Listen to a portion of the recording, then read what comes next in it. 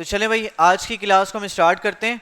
और last class में हमने क्या किया था, फ्रैक्शन को और एस्टिमेशन को ख़त्म। एस्टिमेशन पढ़ा था हमने, ठीक है। एस्टिमेशन और फ्रैक्शन को हमने क्या किया था, ख़त्म किया था। अब देखें फ्रैक्शन का मैं छोटा सा आपसे टेस्ट ले लेता हूँ। जैसे हमारे पास फ्रैक्शन के कुछ सवाल हैं। तो सवाल है what fraction of the pizza is left on the plate. हमारे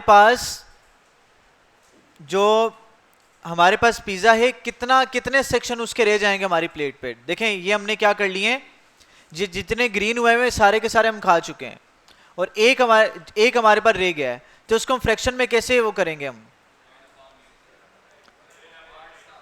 क्या कहेंगे हम इसको।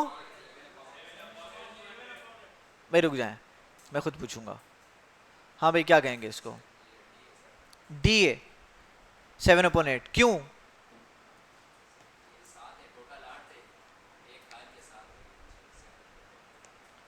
ठीक है, एक खा लिया और 7 रह गए पीछे, ठीक हो गया। अच्छा भाई देखें हमारे पास देखें नीचे वाला नंबर होता है ना, ये जाहिर करता है कि आपने पूरे हिस्से को या पूरी एक चीज को कितने पार्ट्स में डिवाइड किया है।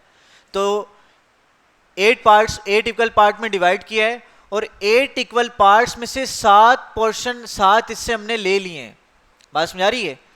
ये हमने एक नहीं लिया, एक हिस्सा नहीं लिया, हमने 7 हिस्से खा लिए हैं। पिज्जा की अगर बात करें तो कितना हिस्सा रह गया हमारे पास, एक हिस्सा रह गया। 7/8 का मतलब ये, ठीक है। तो यहां पर देखें क्या कह रहे हैं, there are 7 slices of the pizza left on the plate out of 8 slices all together. अच्छा प्लेट में कितने रह गए, एक हमने खा लिया है, ठीक हो गया। अच्छा भाई ये बताएं, ये कौन बताएगा, for the fraction of the pizza shown in the diagram what is the nominator. Yasir बताएं क्या आंसर आएगा।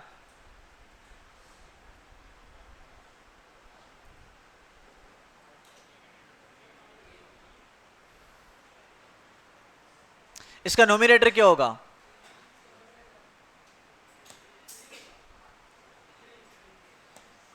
थ्री होगा। हाँ भाई और कौन, कितने बच्चे एग्री कर रहे हैं 3 होगा। चलें भाई आप बताएं क्या आंसर होगा, 3 होगा। तो हैंड क्यों नहीं रेस किया भाई, 3 वाले हैंड रेस करें जरा, 3 वाले हैंड रेस करें। आज बच्चे कम क्यों आए हैं यार। ज्यादा छुट्टियां कर रहे हैं। हाँ भाई अब्दुल्ला 5 आंसर आएगा। क्यों 5 आंसर आएगा,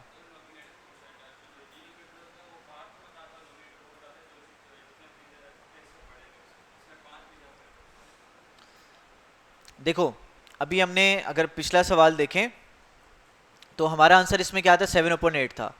देखो यहाँ पे क्या कह रहा है, there are 7 slices of the pizza left on the plate. Plate में कितने रह जाएंगे हमारे पास, 7 स्लाइसेस रह जाएंगे of 8 pieces all together, 8 pieces में से, ठीक है। तो हमारे पास यहाँ पर देखें for the fraction of the pizza shown in the diagram what is the nominator. तो यहाँ पर देखें हमारे पास क्या होगा, कितने 1 2 3 4 5।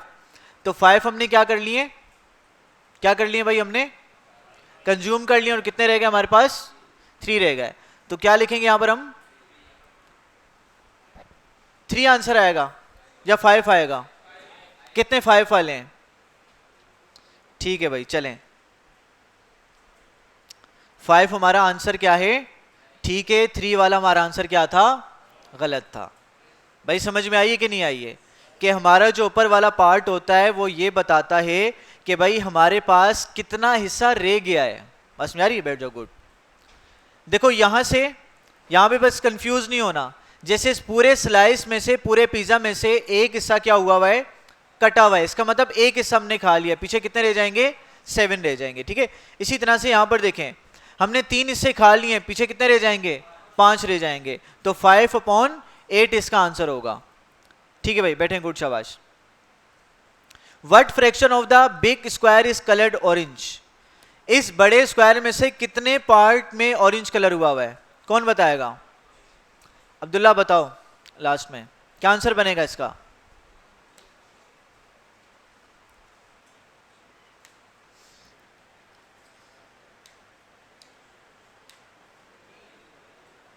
जी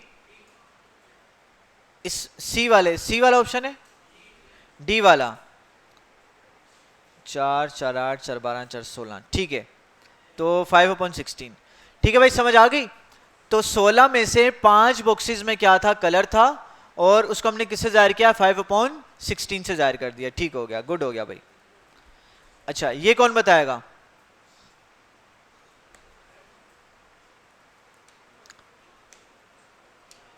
आप बताओ बच्चे लास्ट में। बी 11/, ठीक हो गया, गुड हो गया। अच्छा ये कौन बताएगा? बैठ जाओ। एक केक है हमारे पास जिसमें से हमने क्या कर लिया है? एक पीस खा लिया है, तो पीछे कितने पीस रह गए हमारे पास? 7 रह गए, 6 रह गए, 2 4 6 पीस रह गए, 7 हिस्से थे टोटल। तो आपसे पूछ रहे हैं बताएं इसका डिनोमिनेटर क्या होगा? 7 होगा। देखो डिनोमिनेटर पूछ रहा है, डिनोमिनेटर का मतलब होता है कितने इक्वल पार्ट में डिवाइड किया उस चीज को आपने, तो क्या होगा? 7 आंसर होगा, गुड। अच्छा इसका बताएं। Angie has 1/7 of a cake and Bobby has 2/7. Carl has the rest. What fraction of the cake does Carl have? क्या करें देखें भाई, 1/7 किसने ले लिया भाई? एंजी ने लिया हुआ है, और 2/7 लिया हुआ है किसने? बॉबी ने ले लिया है, और जो बाकी का बच जाएगा वो किसने लिया है? कार्ल ने ले लिया, ठीक है। तो क्या बनेगा हमारे पास? 3/7। अब क्या करेंगे? कार्ल के पास क्या बच गया? किस तरह से निकाला 4/7? किससे माइनस किया आप लोगों ने? टोटल से?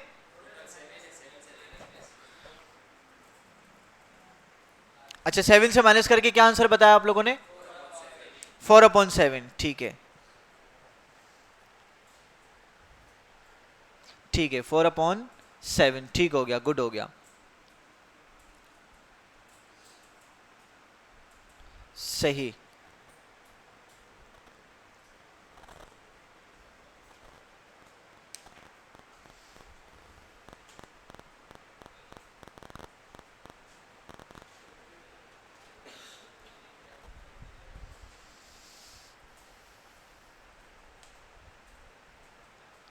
ठीक है भाई, देखें अब यहां पर, देखें यहां पर इन्होंने एक्सप्लेन किया हुआ है। अगर इस डायग्राम नजर आ रही है ना स्क्रीन में आपको, देखें आपसे कह रहे हैं कि भाई इस पूरे केक को हमने क्या किया है? 7 स्लाइसेस में डिवाइड किया है, जिसमें से कह रहे हैं एक हिस्सा हमने दे दिया एनजी को, और 2 हिस्से हमने दे दिए किसको? बॉबी को दे दिए। तो पीछे कितने रह गए? 4 हिस्से रह गए। तो हम क्या कहेंगे, क्या रह गया हमारे पास? 4/7 हमारे पास किसके हिस्से में आ जाएगा? कार्ल के हिस्से में आ जाएगा, ठीक है। तो इस तरह भी आप क्या कर सकते हैं? निकाल सकते हैं। तो देखें इस तरह भी विजुअली भी आप फ्रैक्शन को सॉल्व कर सकते हैं विदाउट एनी मैथमेटिकल डेरिवेशन, ठीक है। और इसको आपने रीचेक करना है। रीचेक कैसे करेंगे? 1/7, 2/7 और 4/7। अगर ये सारे मिलके 1 बना रहे हैं तो इसका मतलब आपने आंसर सही निकाला है। देखें लाइक फ्रैक्शन है तो 7 1 टाइम आ गया, 1 और 2 3 हो गया, 3 और 4 कितना हो गया? 7। तो 7 7 से कैंसिल होगा तो आंसर क्या आएगा? 1 आएगा। क्लियर है भाई? अच्छा भाई आगे चलते हैं भाई, 7वां देखते हैं। ये बताएं, what fraction of the big triangle is colour red?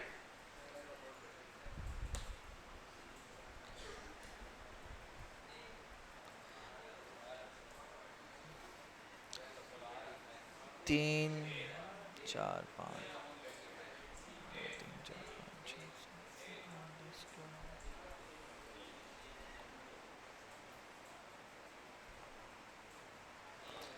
ठीक है, ए ठीक हो गया। टोटल कितने हैं भाई हमारे पास? 25 है, और 12 में लाल कलर किया हुआ है, तो क्या बनेगा? 12/25, ठीक हो गया भाई। चले भाई, Jenny ate 1/8 part of a pizza and John ate 3/4। ठीक है, तो हमने ये बताना है what fraction of the pizza did they eat all together, कितना हिस्सा इन्होंने एक साथ खाया है। ठीक है, तो क्या लिखेंगे हम, इनको ऐड कर देंगे, क्या बनेगा देखें भाई, देखें यहां पर 1/8 आ गया प्लस 1/3, 3/4 आ गया। अब ये कौन सा फ्रैक्शन है, लायक है अनलायक है, अनलायक फ्रैक्शन है। क्या करेंगे, या तो एलसीएम के थ्रू इसको सॉल्व कर लें, या तो क्रॉस मल्टीप्लिकेशन की मदद से सॉल्व कर लें, या तो आप इसको किसकी वजह से, कॉमन डिनोमिनेटर की हेल्प से सॉल्व कर लें। हम कॉमन डिनोमिनेटर की हेल्प से सॉल्व करते हैं। तो कॉमन करने के लिए क्या करूंगा, 4 को 8 बनाने तो 2 से मल्टीप्लाई इसको भी कर दूंगा, ऊपर वाले नंबर को भी 2 से मल्टीप्लाई करवा दूंगा। क्या बनेगा, 1/8 सेम रहेगा, 3 2 6 और 4 2 8। अब डिनोमिनेटर सेम हो गया और ऊपर जो भी नंबर था प्लस होके लिख दिया, 1/1 + 6 और 7/8 आपका आंसर आएगा। तो क्या आंसर होगा आपका 7/8। तो इन दोनों ने मिलकर कितना पोर्शन खाया हमारे पिज्जा का, 7/8,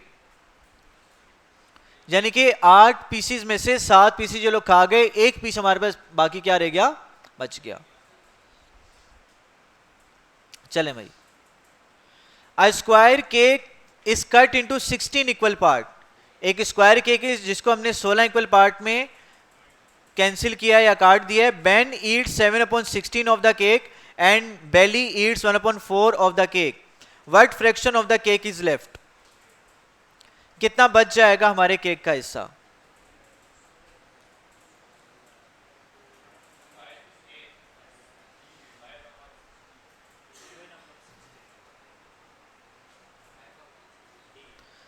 कौन सा, ए वाला, बी वाला, सी वाला, डी वाला, ए वाला। कितने बच्चे कह रहे हैं ए वाला आंसर है,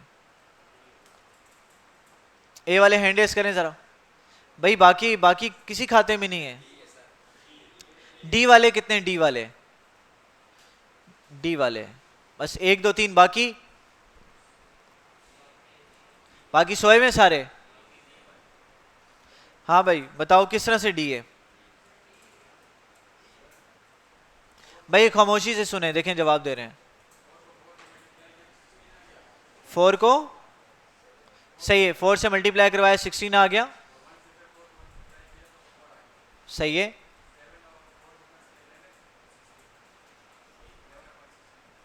11 पॉइंट, ठीक है। देखें भाई सिंपल क्या करना है, आप इसको ऐसे भी सोल्व कर सकते हो। देखें भाई हमारे पास क्या है, देखें सवाल देखेंगे क्या कह रहे हैं, what fraction of the cake is left, कितना हिस्सा रह गया हमारे केक का, तो ये आपने देखना है।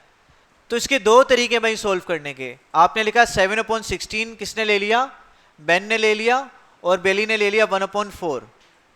अब क्या करना है, पहले तो इन दोनों को ऐड करके देखते हैं कितना हिस्सा खा चुके हैं केक का ये, तो इसको सोल्व करना पड़ेगा हमें।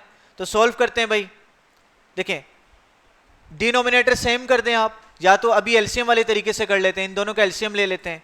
क्या है, 16 है और फिर 4 है, तो 2 के टेबल से जाएगा, 2 8 जा 16, 2 2 जा 4, 2 4 जा 8, 2 1 जा 2, अगेन 2 2 जा 4 एंड 2 1 जा 2, तो क्या बनेगा 2 2 जा 4, 4 2 जा 8, 8 2 जा 16, तो आंसर क्या बना 16। अब 16 का टेबल कहां तक पढ़ूं, 16 आए 1 तक पढ़ा, 4 का टेबल कहां तक पढ़ूं, 16 आए 4 4 जा 7 1 जा 7 और 1 4 जा 4।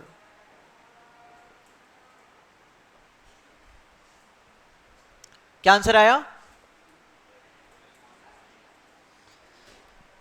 16 में से 11 निकालो कितना बचता है, 5, तो कितना आंसर हो गया 5/16, ये आंसर है आपका। ठीक है, समझ में आ गई, ठीक है। तो ऐसा आंसर भी है भी कि नहीं, 5/16, ये जादू से आया। चलो अजान हो जाए ना, थोड़ा अजान सुन लेते हैं, उसके बाद मैं एक्सप्लेन कर देता हूँ।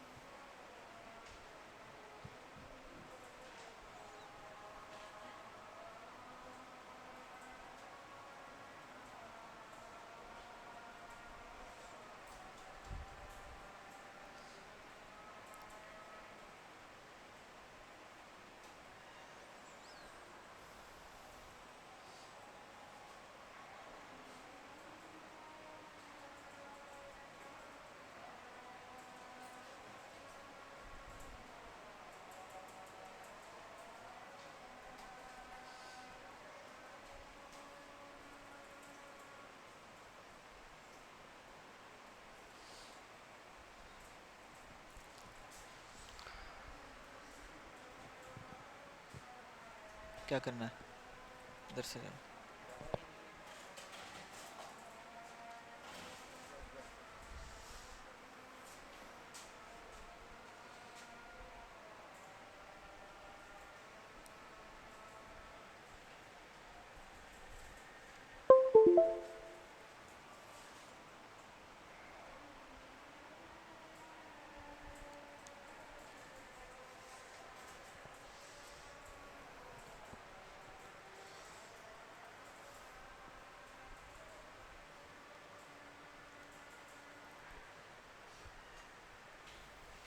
चलिए स्टार्ट करते हैं। मैं आपको थोड़ा सा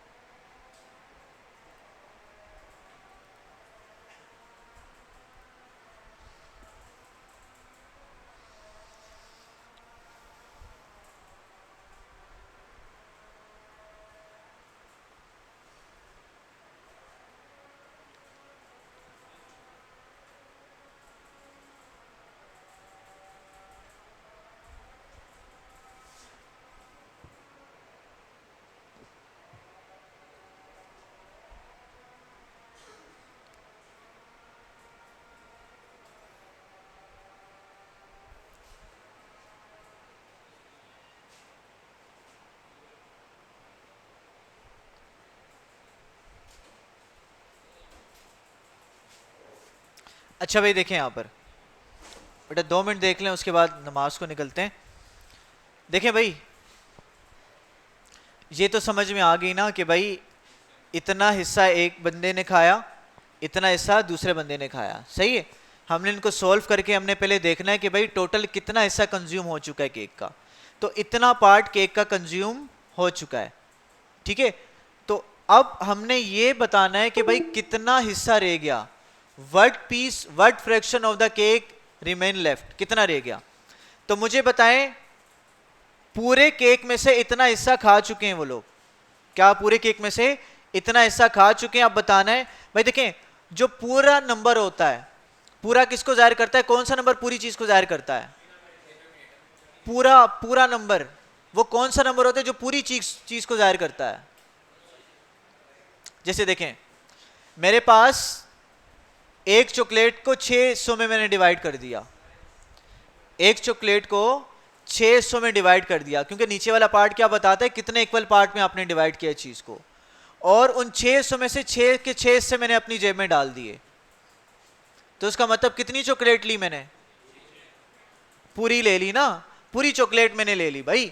6 1 जा 6, 6 1 जा 6, आंसर क्या बना? 1 बना। इसका मतलब पूरी की पूरी चॉकलेट मैंने ले ली। तो 1 क्या करता है, पूरी चीज को जाहिर कर रहा होता है। पूरी चीज को कौन जाहिर करता है? 1। तो हमने क्या करना है, देखें, पूरी चीज में से इतना हिस्सा खाया जा चुका है, तो पूरी चीज को कौन जाहिर करता है? 1 जाहिर करता है। तो मैंने लिख दिया 1 में से क्या कर दो, माइनस कर दो 11/6 को। भाई बात समझ आ रही है? अब देखें, डिवाइड में कुछ नहीं होता तो क्या होता है? 1 होता है। सॉरी, यहाँ पे 16 आएगा। डिवाइड में कुछ नहीं होता तो क्या होता है? 1 होता है। तो सिंपल सा काम आप लोगों ने करना है भाई। क्या करना है, इसको क्रॉस मल्टीप्लीकेशन वाले तरीके से सोल्व कर लो, आसानी से हो जाएगा। 16 1 जा क्या हो जाएगा? 16। भाई क्रॉस मल्टीप्लीकेशन वाला तरीका याद है ना, डिनोमिनेटर को आपसे मल्टीप्लाई करवाते हैं और फिर डिनोमिनेटर को क्रॉस मल्टीप्लाई करवा देते हैं। 16 1 जा 16 हो गया, और 16 1 जा हो गया 16, और 1 11 जा क्या हो गया? 11 हो गया। सेंटर में जो भी साइन आता है एज इट इज आ जाता है। अब 16 में से 11 निकाले, क्या बचा? 5 बचा। नीचे क्या बच गया? 16। तो इतना हिस्सा रह गया था हमारे केक का। एक तरीका तो ये है, समझ आ रही है? दूसरा तरीका क्या है, देखो, आपको पता लग गया कि इन दोनों ने मिलके इतना हिस्सा खा लिया केक का, सही है। अब देखो, मुझे बताओ टोटल हिस्से कितने थे हमारे पास? 16 थे। कितने खाए जा चुके हैं? 11। तो 16 में से 11 निकालो, क्या बचता है? 5 बचता है। आप ऐसे भी डायरेक्ट कर सकते हो कि 5/16 ये आंसर होगा। समझ आ रही है? तो दोनों तरीके हैं, या तो 1 में से माइनस कर दो इस फ्रैक्शन को, तब भी आंसर आ जाएगा, या तो थोड़ा मैथमेटिकली सोच लो आप लोग, ठीक है, एस्टिमेशन कर लो कि भाई टोटल 16 पार्ट थे, 11 खाए जा चुके हैं, तो कितने बच गए? 5 बच गए। सिंपल सी बात है, ठीक है। तो चलें नमाज पढ़ के आते हैं, फिर आगे चलते हैं।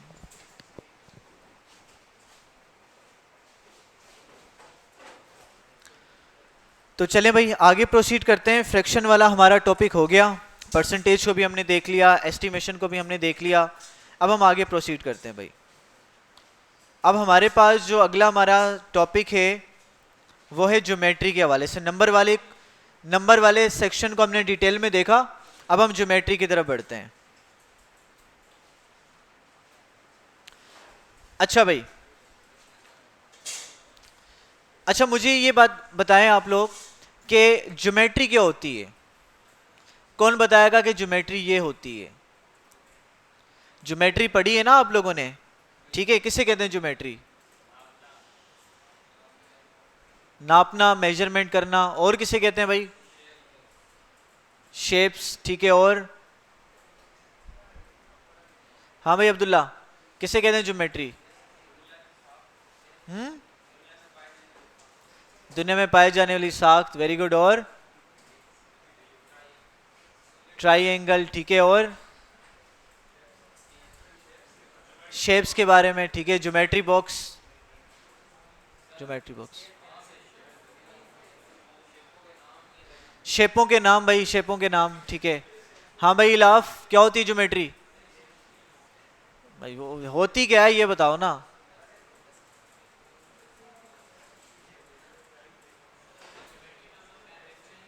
बेटा बातें, हेलो,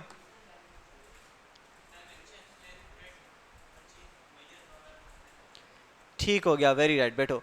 अच्छा देखें बेटा, अब बुनियादी तौर पे अगर आप थोड़ा सा लफ्ज पे अगर आप थोड़ा सा गौर करें ना, जियोमेट्री, जियो का मतलब होता है अर्थ, जमीन, और मेट्री का मतलब होता है मेजरमेंट। यानी कि ज़मीन की जो साख्त है, इस पे जितनी भी तरह की शेप्स पाई जाती हैं, उसकी जो मेजरमेंट होती है हम कहाँ पे करते हैं? ज्योमेट्री में करते हैं। ज्योमेट्री की मैथ्स की एक ब्रांच होती है, उसमें सारी की सारी चीज़ें पढ़ते हैं। तो ज्योमेट्री क्या है?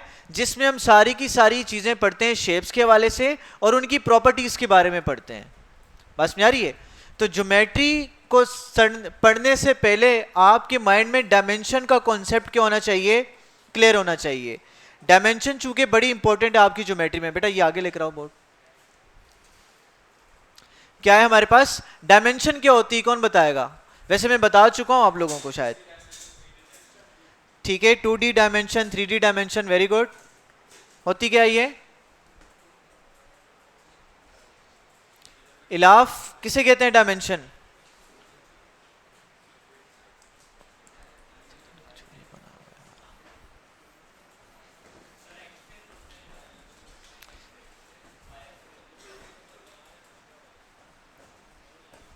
यार तुम तो लायक बच्चे हो यार, लायक बच्चे हो यार तुम, जबरदस्त।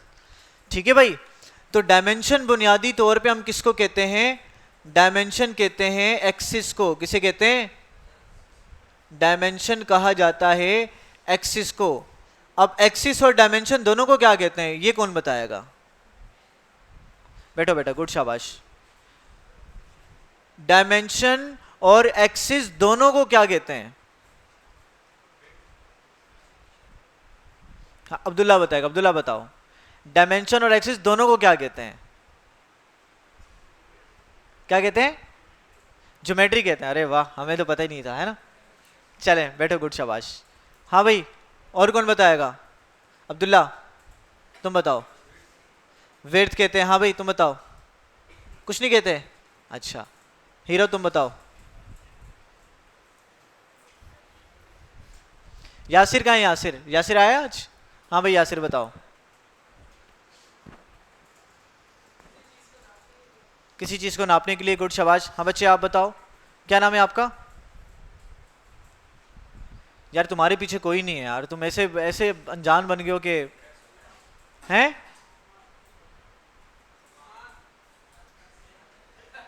सुरमा, सुनार, क्या बोल रहे हो तो भाई? हाँ हाँ, मैं कह रहा हूँ डायमेंशन और एक्सिस को क्या कहते हैं? उस्मान, डायमेंशन और एक्सिस को क्या कहते हैं? कुछ भी बता दो। वलीद क्या कहते हैं भाई? देखिए बेटा यहां पर अब समझिएगा, बड़ी इंपॉर्टेंट बात है। आप कहना चाह रहे हो बच्चे, आप बताना चाह रहे हो? अच्छा देखें, डायमेंशन और एक्सिस को हम बुनियादी तौर पे क्या कहते हैं? सिम्त कहते हैं। क्या कहते हैं? सिम्त, या डायरेक्शन अंग्रेजी में कहें तो। आपने सुना होगा कि चीजें आपके पास डायमेंशन में होती हैं। आपने सुना होगा 1 डायमेंशन, 2 डायमेंशन और 3 डायमेंशन। 1 डायमेंशन का मतलब क्या है कि ऐसी चीजें जो कि एक ही सिम्त में होती हैं। जैसे मिसाल के तौर पर क्या हो गया, आपके पास रोड हो गया, ठीक है। जैसे अगर मैथमेटिक्स की बात करें तो लाइन आपके पास हो गई। ये सारी की सारी जो चीजें होती हैं, यानी कि वो चीजें जो कि एक ही सिम्त में होती हैं। जैसे हमारा बाल हो गया, ये भी क्या है, जैसे धागा हो गया, जैसे रस्सी हो गई, ये क्या है आपके पास, ये आपके पास 1 डायमेंशन में आती हैं सारी चीजें। इसी तरह से फिर आपने सुना होगा 2D। 2D का मतलब क्या होता है, 2 डायमेंशन। ऐसी चीजें जो कि 2 सिम्तों में होती हैं। 1 सिम्त का मतलब क्या है, 1 डायमेंशन का मतलब क्या है, इस वाली चीज की मेजरमेंट करने के लिए आपको क्या करना पड़ेगा, सिर्फ आपको लेंथ मेजर करनी पड़ेगी।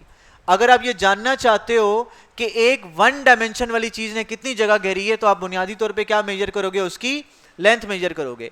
इसी तरह से आप ये जानना चाहते हो कि भाई 2 डायमेंशन में कोई ऑब्जेक्ट मौजूद है जो 2 सिम्तों में मौजूद है, उसने कितनी जगह घेरी है, तो आप उसका क्या मालूम करोगे, आप उसका एरिया मालूम करोगे। Very good.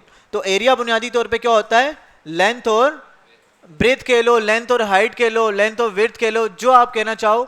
2 डायमेंशंस को मिला के क्या बनाते हो, किसी भी चीज का एरिया बनाते हो। अब एरिया की मिसाल लें तो एरिया की मिसाल क्या है, जैसे ही आपको व्हाइट बोर्ड नजर आ रहा है, ठीक है, जिस तरह से आपको ये एलसीडी सामने नजर आ रही है, तो ये एलसीडी के अंदर भी जितनी चीजें देख रहे हो, कौन सी डायमेंशन में आपके पास, 2 डायमेंशन में चीजें। बस में आ रही कि नहीं आ रही। अच्छा, इसी तरह से आपके पास कुछ ऑब्जेक्ट होते हैं 3 डायमेंशन में, यानी कि तीनों सिम्तों में वो होते हैं। इसका मतलब उसकी अगर हमने मालूम करना है उसने कितनी जगह घेरी है, तो हम क्या निकालते हैं, उनका हम वॉल्यूम निकालते हैं। और वॉल्यूम का मतलब क्या है कि उसकी length bye breath by height, यानी कि वो तीनों डायमेंशन में होता है। वो एक्स में भी होता है, वाई में भी होता है, जेड में भी होता है। इसकी मिसाल क्या है, जैसे ही आपके पास कप मौजूद है, देखें कप नीचे जो बेस में मौजूद है मेरे हाथ पर, ये कौन सी डायमेंशन है, ये फर्ज कर लें कि एक्स डायमेंशन में मौजूद है। बस में आ रही है। अच्छा, ये बात करें जो उसकी हाइट नजर आ रही है, वाई डायमेंशन में मौजूद है। इसी तरह से ये इसकी चौड़ाई की अगर बात करें, कौन सी डायमेंशन में मौजूद है, जेड डायमेंशन में मौजूद है। बस में आ रही है। एक हो गया आपके पास एक्स डायमेंशन, एक हो गया वाई डायमेंशन, और एक हो गया जेड डायमेंशन। या इसको आप एक्स बोल लो, इसको आप वाई बोल लो, इसको जेड बोल लो, या आप इसको x बोल लो, इसको y बोल लो, और इसको चौड़ाई को z बोल लो। ये आप पे डिपेंड करता है। बस में आ रही है। तो जो ऑब्जेक्ट 3 डायमेंशन में होता है उसका बुनियादी तौर पे क्या मालूम करते हैं हम, वॉल्यूम मालूम करते हैं। भाई समझ में आ गई। अब बड़ी इंपॉर्टेंट बात बता रहा हूं, बड़ा इंपॉर्टेंट सवाल है, अब इसका जवाब दीजिएगा आप लोग। क्या ऐसा पॉसिबल है कि कोई ऑब्जेक्ट 0 डायमेंशन में एग्जिस्ट करता हो? क्या किसी ऑब्जेक्ट की 0 डायमेंशन होती है? नहीं, वायरस में नहीं जाओ, क्लासरूम में ही रहो, ठीक है। Very good, this is the answer. क्या कहा भाई, डॉट। हमारे पास जो नुक्ता होता है, डॉट होता है, ये डायमेंशन लेस होता है, इसकी कोई डायमेंशन नहीं होती, ना इसकी लेंथ होती, ना ब्रेथ होती है, ना हाइट होती है। इस वजह से हम क्या कहते हैं, ये जो डॉट है या जो पॉइंट है मैथमेटिक्स में, इसको हम क्या कहते हैं, नो डायमेंशन, इसकी कोई डायमेंशन नहीं होती। भाई समझ आ गई बात। तो ये आपके पास डायमेंशन का छोटा सा क्या था, एक कॉन्सेप्ट था जिसको ज्योमेट्री को सॉल्व करते वक्त हमें क्या करना है, माइंड में रखना है। चले आगे भाई। अच्छा भाई, स्क्रीन कनेक्टेड है ना, स्क्रीन में नजर आ रहे हैं ना आप लोगों को। अच्छा देखें भाई, ज्योमेट्री होती क्या है, geometry is all about shapes and their properties. Geometry में हम क्या पढ़ते हैं, तमाम तर चीजें शेप्स के बारे में पढ़ते हैं और उनकी प्रॉपर्टीज को हम डिस्कस करते हैं। Geometry can be divided into plane geometry और सॉलिड ज्योमेट्री। अब देखें, हमारे पास ज्योमेट्री को 2 सेक्शन में हमने डिवाइड किया है, एक प्लेन ज्योमेट्री कहलाती है, एक सॉलिड ज्योमेट्री कहलाती है। जैसे मिसाल के तौर पर प्लेन ज्योमेट्री का मतलब क्या है, जो कि एक प्लेन पे मौजूद होगी। प्लेन हमेशा किस में होता है, 2 डायमेंशन में एग्जिस्ट करता है, यानी उसकी लेंथ होती है और ब्रेथ होती है।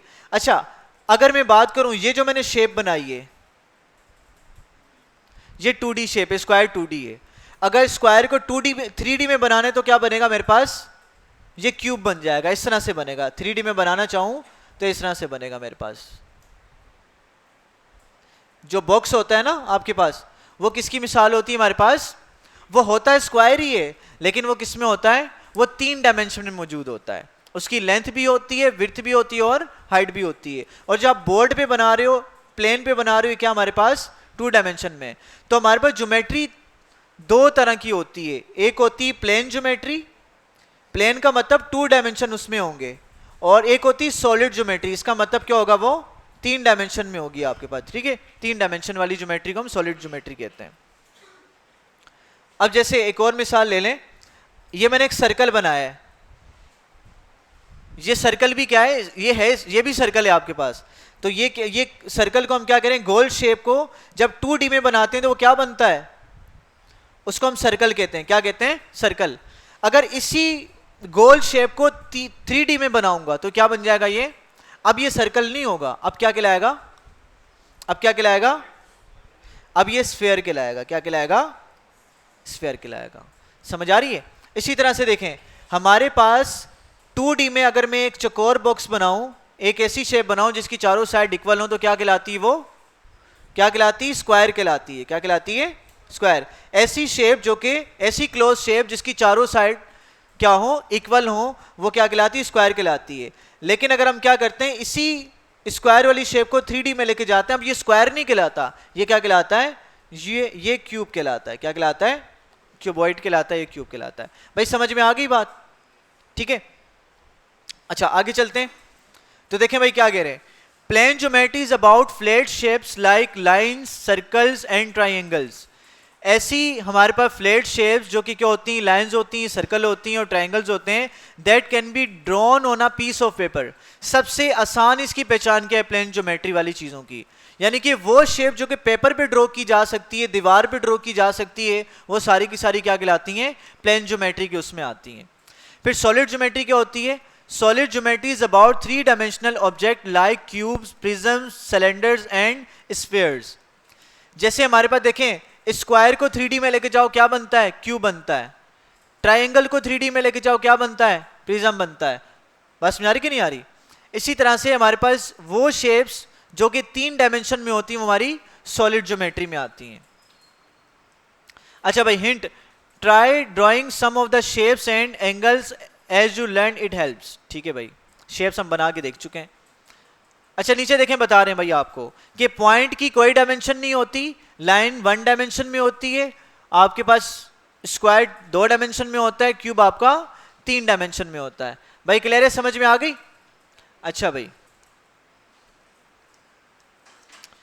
अच्छा why do we do geometry? To discover pattern, find areas, volume, length, angles and better understand the world around us. क्या कह रहे हैं कि भाई हम ज्योमेट्री को क्यों पढ़ते हैं? पहले सवाल पूछा व्हाई डू वी ज्योमेट्री, हम ज्योमेट्री को क्यों आप कह लें इस पर काम करते हैं? क्या करने के लिए? टू डिस्कवर पैटर्न, कि भाई आप नेचर में क्या देखते हो? मुख्तलिफ तरह की शेप्स देखते हो, तो पैटर्न को आइडेंटिफाई करते हैं कि भाई ये वाली शेप पहाड़ जैसे ट्रायंगल की पैटर्न में होते हैं। तो दुनिया में मुख्तलिफ तरह के पैटर्न को समझने के लिए, किसी भी चीज़ का एरिया मालूम करने के लिए कितनी जगह घेरी है फ्लैट शेप ने, किसी भी 3 डायमेंशन वाली जगह ने कितनी शेप ने कितनी जगह घेरी है, 1 डायमेंशन वाली चीज़ ने कितनी जगह घेरी है, और उसके एंगल को मालूम करते हैं कि भाई अगर मैं एंगल इतना रखूंगा तो शेप कितनी बड़ी बनेगी, अगर एंगल छोटा रखूंगा तो शेप कितनी बड़ी बनेगी। बात समझ आ रही है? पूरी आर्किटेक्चरिंग सारी की सारी किस पर बुनियाद करती है? आपकी ज्योमेट्री पर बुनियाद करती है। और क्या करते हैं हम इसके जरिए से? एक तो हमने ये चीज़ डिस्कवर करनी है पैटर्न क्या होते हैं, and better understand the world around अस। इसके जरिए से हम क्या कर सकते हैं? अपने इर्द गिर्द की दुनिया को बहुत अच्छे तरीके से हम क्या कर सकते हैं? समझ सकते हैं। अब प्लेन ज्योमेट्री की तरफ चलते हैं भाई। प्लेन ज्योमेट्री में देख लेते हैं क्या क्या चीजें। Plane geometry is all about the shapes on the flat surface like on the endless piece of paper. क्या कह रहे हैं कि अभी हम पढ़ के आए हैं कि जो फ्लैट ज्योमेट्री है, जो प्लेन ज्योमेट्री हमारे पास, वो क्या कहलाती है? फ्लैट सरफेसेस पर बनने वाली शेप्स को हम क्या कहते हैं? प्लेन ज्योमेट्री कहते हैं। जैसे आपसे कह रहे हैं कि एक ना खत्म होने वाले पीस पर जब आप कोई शेप बना रहे होते हो तो बुनियादी तौर पर आप प्लेन ज्योमेट्री के साथ डील कर रहे होते हो। अच्छा भाई 2D शेप्स को देख लेते हैं। कौन कौन सी 2D शेप्स होती है हमारे पास? देखिए भाई, अ प्लेन और 2D shapes has 2 dimensions such a width and height but no thickness. 2D shapes हमारे पास वो शेप्स होती हैं जिसकी विड्थ और हाइट होती है लेकिन उसकी कोई थिकनेस या मोटाई नहीं होती। जैसे पॉलीगॉन के बारे में कह रहे हैं, अब polygon is a 2D shape with a straight sides. Polygon हमारे पास क्या होता है, 2D शेप होती है जिसकी साइड क्या होती हैं, स्ट्रेट होती हैं, सीधी होती हैं। To be a regular polygon all the side and angles must be the same. एक रेगुलर पॉलीगॉन बनाने के लिए आपके पास क्या शर्त है कि उसकी सारी साइड्स और सारे एंगल क्या होने चाहिए, सेम होनी चाहिए। जैसे देखें यहाँ पर ट्राइंगल भी किसकी फैमिली से ताल्लुक रखता है, पॉलीगॉन की फैमिली के साथ ताल्लुक रखता है। स्क्वायर भी किसकी फैमिली के साथ ताल्लुक रखता है, पॉलीगॉन की। भाई देखें पॉली का मतलब क्या होता है, मोनो का मतलब क्या होता है, एक। मोनो का मतलब क्या होता है, सिंगल। और पॉली का मतलब क्या होता है, बहुत सारे। बात समझ आ रही कि नहीं आ रही, एक से ज्यादा या समझ लें। और गोन का मतलब क्या होता है, कॉर्नर। क्या मतलब होता है, कॉर्नर। यानी कि ऐसी शेप जिसमें एक से ज्यादा कॉर्नर्स होंगे तो वो क्या कहलाएगी, पॉलीगॉन शेप कहलाएगी। हिंट क्या दिया हुआ इन्होंने पहचानने के लिए, ऐसी शेप जिसकी लाइन बिल्कुल स्ट्रेट हो और उसके एंगल भी क्यों सेम हो, वो क्या कहलाती है, पॉलीगॉन कहलाती है। बेटा क्या हो गया, क्यों बातें कर रहे हो, कोई मसला है, समझ नहीं आ रही जी? तो बेटा आपस में बातें ना करें ना, ठीक है। जैसे ट्राइंगल की आपको मिसाल दी, इसमें 3 साइड्स होती हैं और इसके एंगल भी क्या है, सेम होंगे तो इक्विलेटरल ट्राइंगल कहलाएगा। स्क्वायर की बात कर रहे हैं, जैसे ट्राइंगल को ओपन करेंगे, देखिए हमारे पास डिफरेंट टाइप्स ऑफ ट्राइंगल हमारे पास आ जाएंगी। भाई इसको रीड कर लेंगे ना आप लोग ट्राइंगल्स की टाइप को, हम मजीद डिटेल में जाएंगे तो हमारे लिए थोड़ा सा कवर करना मुश्किल हो जाएगा। मैं आपको बता देता हूँ, इसमें देख लें ट्राइंगल क्या होता है। भाई देखें, a triangle has 3 side and 3 angle. ऐसी शेप जिसकी 3 साइड और 3 एंगल होते हैं क्या कहलाता है, ट्राइंगल कहलाता है। The 3 angles always 8 to 180 degree. एक और हिंट क्या है, एक और पहचान क्या है कि ये जो 3 एंगल होंगे हमेशा इनको जब आप जमा करोगे तो आंसर क्या आएगा आपका, 180 डिग्री आएगा। तो आपने समझ जाना है कौन सी शेप है आपकी, ट्राइंगल है। अब ट्राइंगल मुख्तलिफ तरह के होते हैं। देखें, एक होता है इक्विलेटरल ट्राइंगल। इक्विलेटरल ट्राइंगल क्या होता है, इक्वल से निकला है, जिसकी तमाम साइड्स और तमाम एंगल क्या होते हैं, बराबर होते हैं, क्या कहलाता है, इक्विलेटरल ट्राइंगल कहलाता है। फिर आता है आइसोसेलेस ट्राइंगल। तो आइसो का मतलब क्या होता है, 2, यानी कि ऐसा ट्राइंगल जिसकी 2 साइड्स और 2 एंगल क्या होते हैं, सेम होते हैं। तो ऐसे ट्राइंगल को हम क्या कहते हैं, आइसोसेलेस ट्राइंगल कहते हैं। उसके बाद होता है स्केलन ट्राइंगल। ऐसा ट्राइंगल जिसकी कोई साइड और कोई एंगल बराबर ना हो, तीनों साइड भी अलग होंगी और तीनों एंगल भी क्या होंगे आपके, मुख्तलिफ होंगे। तो इस तरह के ट्राइंगल को हम क्या कहते हैं, क्या कहते हैं भाई,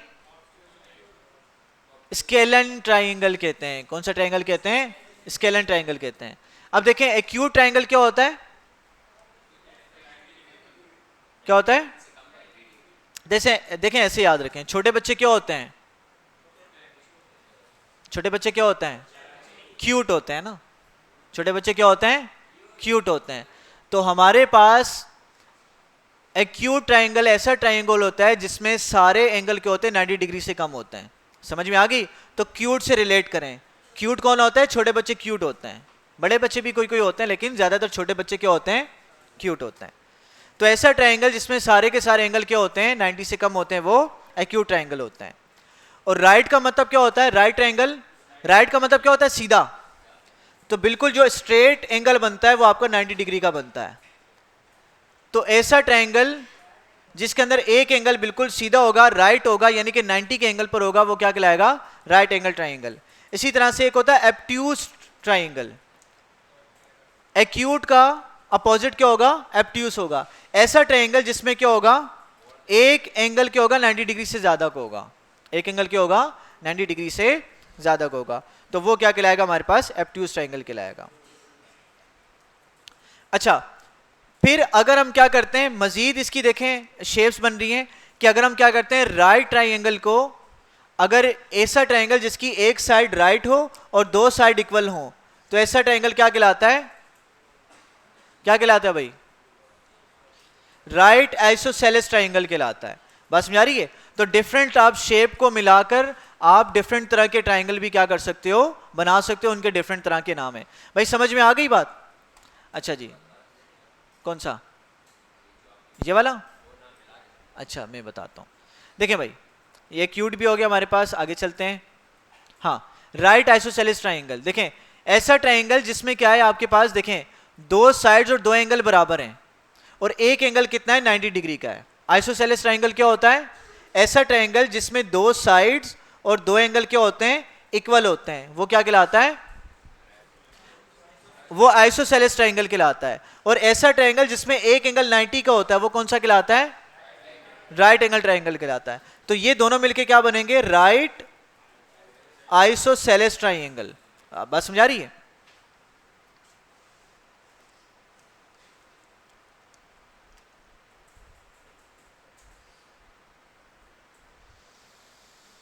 नीचे देखें भाई, प्ले विद इट लिखा हुआ आ रहा है।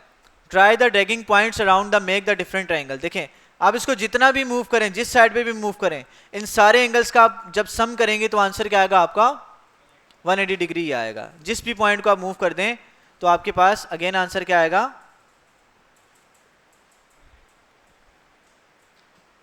अच्छा देखें, अब कौन सा ट्राइंगल बन गया? ये एक्यूट ट्राइंगल बन गया। सही है, सारे एंगल क्या है आपके पास? 90 से कम है। एक 90 से बड़ा हो गया, अब कौन सा बन गया? एब्ट्यूज बन गया। ठीक है, अब दो एंगल सेम करते हैं और एक 90 का करते हैं, अगर हो जाए तो।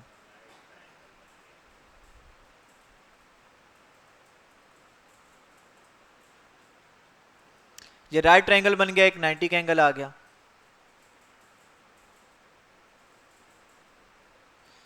सही है भाई, ये आप लोगों ने करना है।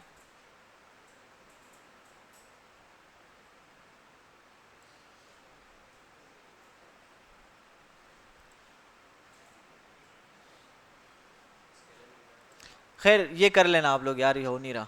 सही है। अच्छा भाई देखें, सारे आप क्या करते हो? इंटीरियर एंगल को बना मिलाते हो तो अगेन क्या बनता है आपके?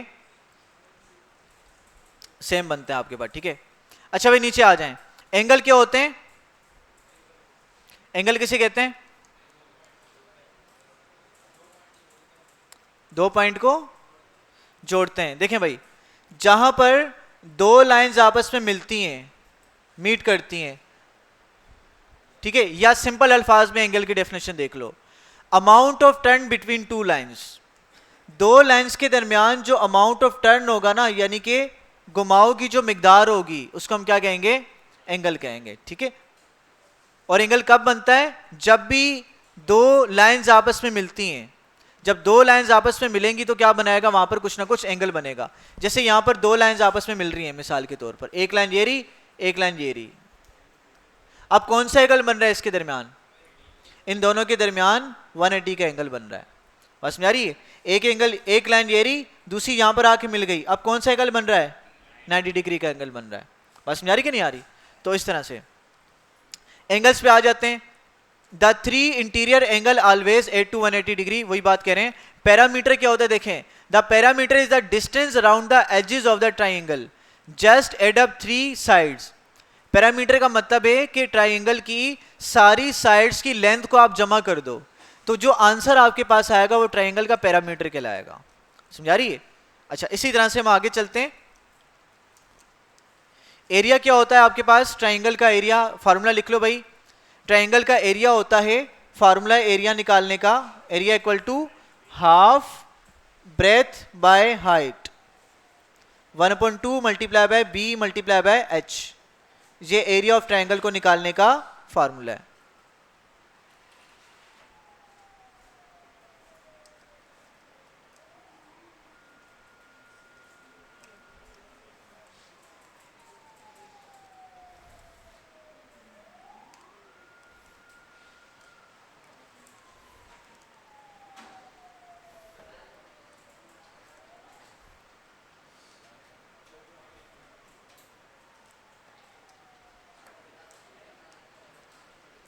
अच्छा भाई, आपका बेटा दो होमवर्क दे रहा हूं आप लोगों को। पहला होमवर्क क्या है? पहला होमवर्क तो ये है कि आपने ट्राइंगल के सेक्शन में आना है। ठीक है, ट्राइंगल के सेक्शन में आएंगे और एक दफ़ा सारी चीज़ों को गो थ्रू करना है। दूसरा, आपने ये 10 सवाल सोल्व करने हैं। यहाँ पे लिख लें आप लोग कि भाई ट्राइंगल वाले सेक्शन के, ट्राइंगल वाला जो सेक्शन है आपका, इसके आपने 10 क्वेश्चन सोल्व करने हैं।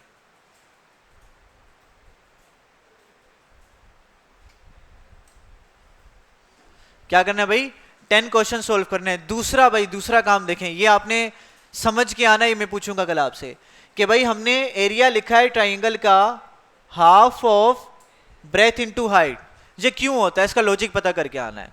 देखो एरिया होता क्या है, लेंथ बाय ब्रेथ होता है, लेकिन ट्राइंगल का हमारे पास हाफ क्यों कर रहे हैं ब्रेथ बाय हाइट को, ठीक है, इसके पीछे क्या लॉजिक है ये आपने कल समझानी है, ठीक है। एक काम आपका ये हो गया,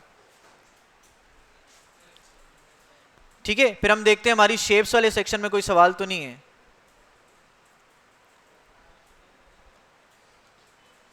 चलें शेप वाले हम कर लेते हैं, शेप वाले सवाल खुद कर लेते हैं, बहुत आसान है बेटा। देखें, this shape is dash, circle, good हो गया।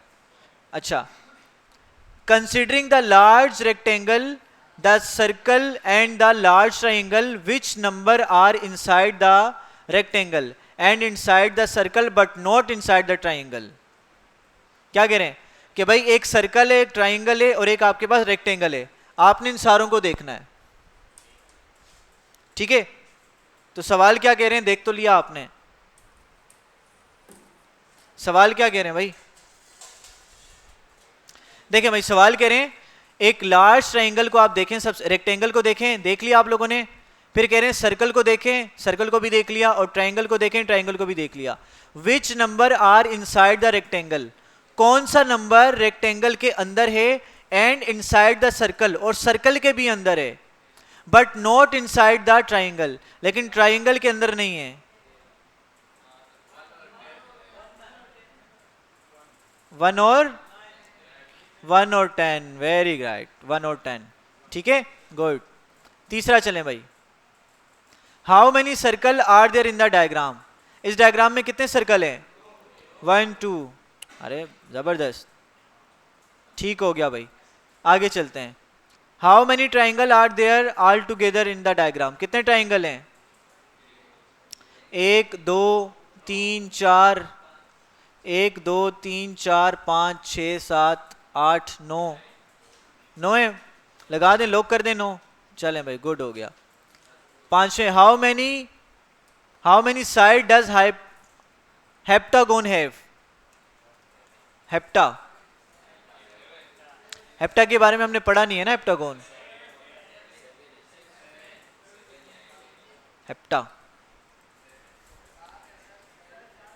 हेप्टागोन ना, 7, चले भाई, हेप्टागोन की हमारे पास 7 साइड्स होती हैं, चले भाई, गुड हो गया। अच्छा आगे चलते हैं, अ 5 साइडेड पॉलीगॉन इज कॉल्ड पेंटा, ठीक है, पेंटागोन। अच्छा भाई, अ 9 साइड पॉलीगॉन इज नोना, 9 से आ रहे हैं ना, नोना। अच्छा, a polygon has 2 more sides than a hexagon is called dash, ऐसा पॉलीगॉन जिसकी 2 साइड ज्यादा होती हैं हेक्सागोन से, ऑक्टागोन, ठीक है, यानी कि 8 साइड वाले को हम क्या कहते हैं, ऑक्टा, ठीक है। अभी कुछ सिमिलरिटी इसमें नहीं क्रिएट हो रही। A polygon that has 4 fewer side than a decagon, deca का मतलब क्या होता है, 10, यानी कि ऐसा हमारे पास जिसमें डेका से 4 साइड्स कम होती हैं, उसको हम क्या कहते हैं, हेक्सा। 4, 10 में से 4 निकालो 6 बचता है, और 6 को हम हेक्सा कहते हैं, गुड।